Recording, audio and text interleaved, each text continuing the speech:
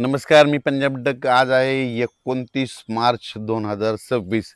मी खूप दिवसापासून सांगितलं की राज्यामध्ये 30 तारखेपासून राज्यात वादळी वाऱ्यासह गारपीट होणार आहे आणि 29 तारखेला उत्तर महाराष्ट्राकडे पाऊस सुरू होईल. तर आज देखील चांदोड परिसरात, त्याच्यानंतर येवला, वैजापूर बऱ्याच ठिकाणी पाऊस बी झाला, वारं देखील खूप होतं. म्हणून शेतकऱ्याला परत एकदा आज सांगतो की ज्यांचा कोणाचा कांदा असेल, गहू असेल, हरभरा असेल, तर तुम्ही काय करा, उद्या आणखीन दुपारपर्यंत वेळ आहे. म्हणजे उद्याच्या 30 तारखेपर्यंत दुपारपर्यंत वेळ आहे. तुम्ही तुमचा कांदा असेल, गहू असेल, हरभरा असेल काढून झाकून ठेवा. कारण की राज्यामध्ये आत्तापर्यंत तुम्ही गारपीट होत असते, फक्त एका भागातच होते. पण ह्या पावसामध्ये 30 मार्चपासून ते 3 एप्रिलपर्यंत 30, 31, 1, 2, 3च्या दरम्यान राज्यात ठिकठिकाणी गारपीट होणार आहे. आणि काही ठिकाणी लिंबासारखी गारपीट होईल, काही ठिकाणी बोरासारखी होईल आणि काही ठिकाणी चिंचोक्यासारखे गारपीट सगळ्या जिल्ह्याला पाहायला भेटणार आहे. तर सुरुवातीला सांगू इच्छितो की मग गारपीट जास्त कोणत्या एरियात होणार आहे.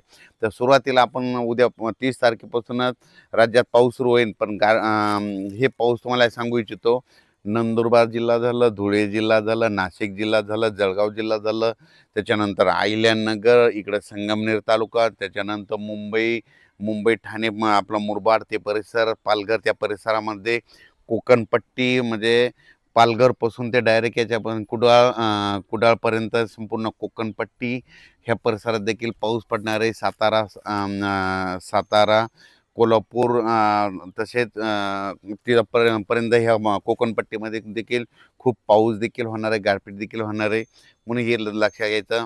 त्याच्यानंतर सांगायचं झालं विदर्भाकडून घेऊत आपण, वर्धा, नागपूर, भंडारा, गोंदिया, चंद्रपूर, यवतमाळ, वाशिम, हिंगोली, नांदेड, परभणी, लातूर, धाराशिव, बीड, जालना, संभाजीनगर, अहिल्यानगर, जळगाव, बुलढाणा, अमरावती, अकोला ह्या पट्ट्यात देखील म्हणजे 30 तारखेपासून तर 3 एप्रिलपर्यंत चांगला पावसाळ्यासारखा पाऊस पडेल. कुठं जिथं नाही पडलं तिथं वारं सुटेल आणि काही भाग सोडून देखील देईल. म्हणून हे लक्षात येतं. अवकाळी पाऊस सर्वदूर सगळीकडे पडत नसतं, हे सर्वप्रथम लक्षात येतं. तर मग आता तुम्हाला सांगतो, आता नेमके गारपीट कोणत्या कोणत्या जिल्ह्याला पाहायला भेटेल. तर तुम्हाला एक सांगू इच्छितो, सुरुवातीला मी परभणी जिल्ह्याचा आहे म्हणून परभणी जिल्ह्यातलं सांगू इच्छितो की परभणी जिल्ह्यात आमच्या इथं सेलू तालुका आहे माझा. म्हणजे माझ्या गावापासून कंप्लीट इकडं वालूरकडं, म्हणजे वालूर, चारठाणा ह्या परिसरात गारपीट पाहायला भेटेल. म्हणजे आमच्या सेलू तालुक्यात भेटेल, जिंतूरकडे देखील भेटेल, पालम, परभणी जिल्ह्यामध्ये पालम देखील आहे, पालम पुण्याच्या त्या पट्ट्यामध्ये गारपीट बघायला भेटतं. म्हणून हे देखील परभणी जिल्ह्यातल्या शेतकऱ्यांनी, गंगाखेड देखील भेटेल. म्हणून हे परभणी जिल्ह्यातल्या शेतकऱ्यांनी अंदाज लक्षायचा. आपण परभणी जिल्ह्याच्या बाजूला बीड जिल्हा, तर बीड जिल्ह्यातल्या शेतकऱ्याला सांगू इच्छितो की गेवराई जिल्ह्यामध्ये देखील, गेवराई तालुक्यामध्ये देखील पाऊस देखील भेटेल, गारपीट देखील भेटेल. बीड जिल्ह्यात मात्र वादळी वाऱ्यासह पाऊस पडणार आहे, ठिकठिकाणी पडणार आहे, काही भाग सोडून देणार आहे. म्हणून बीड जिल्ह्यातल्या शेतकऱ्यांनी अंदाज लक्षायचा. जालना जिल्ह्यात देखील म्हणजे कन्नड, सिल्लोड, भोकरदन त्या पट्ट्यात देखील अजिंठापर्यंत तिकडे देखील काही ठिकाणी खूप, सोयगाव त्या परिसरात देखील चांगल्या परिसराचा पाऊस होईल, काही ठिकाणी गारपीट होईल. म्हणून हे देखील सर्व शेतकऱ्यांनी लक्षात घ्यायचं. त्याच्यानंतर संभाजीनगर जिल्ह्यामध्ये देखील वैजापूर, ह्या पट्ट्यात देखील चांगला पाऊस देखील होईल, गारपीट देखील होईल. म्हणजे संभाजीनगर जिल्ह्यामध्ये चांगल्या प्रकारचा वादळी वाऱ्यासह पाऊस होणार, काही ठिकाणी गारपीट देखील पाहायला होणार नाही. म्हणून हे लक्षात घ्यायचं. अहिल्यानगरमध्ये देखील खूप ठिकाणी गारपीट पाहायला भेटेल, काही ठिकाणी वारं सुटेल, कुठं पाऊस पडेल, काही ठिकाणी निरंग देखील राहील. संगमनेर तालुका, त्याच्यानंतर पुणे जिल्ह्यात देखील, जिल्ह्यातल्या शेतकऱ्यांना देखील गारपीट पाहायला भेटेल. म्हणून हे देखील पुणे जिल्ह्यातल्या सर्व शेतकऱ्यांनी आपण आपला कांदा असेल, गहू असेल त्याचं काळजी घ्यायची. सातारा जिल्ह्यात देखील गारपीट पाहायला भेटेल. त्याच्यानंतर कोल्हापूर जिल्ह्यात देखील काय गारपीट पाहायला देखील भेटेल.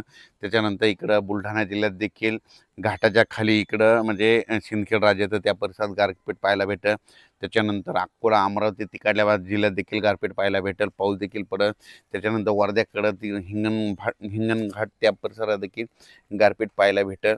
त्याच्यानंतर सांगायचं झालं तर इकडं यवतमाळ जिल्हा, माहूर तालुका त्या परिसरात देखील काही ठिकाणी पाऊस, काही ठिकाणी गारपीट पाहायला भेटेल. म्हणजे सांगायचं झालं तर खूप ठिकाणी म्हणजे हे पाऊस काही ठिकाणी पावसाळ्यासारखा पडेल, काही ठिकाणी रिमझिम पडेल, काही ठिकाणी सोडून देखील देईल. पण राज्यात मात्र 3 एप्रिलपर्यंत राज्यात हे अवकाळी पावसाचं सावट आहे, ही सर्व शेतकऱ्यांनी लक्षात घ्यायचं. तर माझी एक महसूल विभागाला विनंती आहे की ह्या म्हणजे 30 मार्चपासून तर 3 एप्रिलपर्यंत खूप ठिकाणी गारपीट होईल म्हणून शेतकऱ्यांचे जे झालेले नुकसान आहे त्याचे तुम्ही पंचनामे करण्यासाठी सतर्क करावे आणि सगळ्यांचे जिथं जिथं गारपीट वादळी वारं होईल, शेतकऱ्याचं नुकसान होईल, सगळ्यांचे पंचनामे करून घ्यावेत ही माझी सर्वप्रथम महसूल विभागाला माझी विनंती राहील. कारण की ह्या पावसामध्ये खूप शेतकऱ्याचं नुकसान होणार आहे. म्हणजे हे पाऊस गुजरातला देखील खूप पडणार आहे, मध्य प्रदेश देखील खूप पडणार आहे, बेतूल बुरहानपूर त्या परिसरात देखील खूप पडणार आहे. त्याच्यानंतर इकडं तेलंगणात बी पडणार आहे, आदिलाबाद, धर्माबाद, हैदराबाद त्या परिसरात बी पडणार आहे. इकडं बसव कल्याण तिकडं देखील राहणार आहे, कर्नाटक देखील राहणार आहे. इकडं तिकोटी, धारवाड त्याच्यानंतर म्हणजे कर्नाटकमध्ये बऱ्याच ठिकाणी चांगला पाऊस गारपीट होणार आहे म्हणून हे देखील लक्षात यायचं.